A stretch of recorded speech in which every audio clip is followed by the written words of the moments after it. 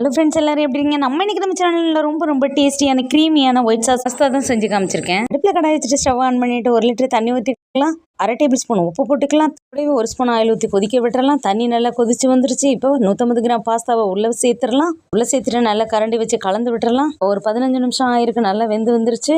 ஒரு வடிகட்டி வச்சு வடிச்சு எடுத்துக்கலாம். பாஸ்தாவில் கோல்டு வாட்டர் ஊற்றி ஒரு ஸ்பூனை வச்சு கலந்து விட்டுறலாம். இது அப்படியே இருக்கட்டும். அடுப்பில் கடாய் வச்சுட்டு ஸ்டவ்வை பற்ற வச்சுக்கோங்க. 4 டேபிள் ஸ்பூன் நெய் அல்லது பட்டர் போட்டுக்கோங்க. 8 பல்லு பூண்டை குட்டியாக நறுக்கி வச்சிருக்கோம். அதையும் உள்ள சேர்த்து நல்லா கலந்து விட்டுட்டு ஒரு 50 கிராம் கோதுமை மாவை உள்ள சேர்த்து நல்லா வாசம் வர்ற வரலும் வறுத்துட்டு ஒரு 400 ml பாலை கொஞ்சமாக உள்ள சேர்த்து நல்லா கட்டி இல்லாமல் கலந்து விட்டுக்குங்க. எல்லா பாலையும் உள்ள சேர்த்து கட்டிகள் இல்லாமல் கலந்து விட்டாச்சு. கொதி வந்துருச்சு. தேவையான அவ்வளவு உப்பு சேர்த்துக்கலாம். ஒரு 1/2 டீஸ்பூன் சில்லி ஃப்ளேக்ஸ் சேர்த்துக்கலாம். 1/2 டீஸ்பூன் அரிகோனோ, 1/2 டீஸ்பூன் மிளகு பொடி சேர்த்து நல்லா கலந்து விட்டுக்கலாம். இப்போ வேக வச்சிருக்க பாஸ்தாவை இது கூடவே சேர்த்து நல்லா கலந்து விட்டுருங்க. நல்லா கொதி வந்தோடனே நம்ம 1/2 ஸ்பூன் ஜீனியை சேர்த்து கொதிக்க வச்சு இறக்கிக்கலாம். நம்ம பாஸ்தா சூப்பராக ரெடி ஆயிடுச்சு.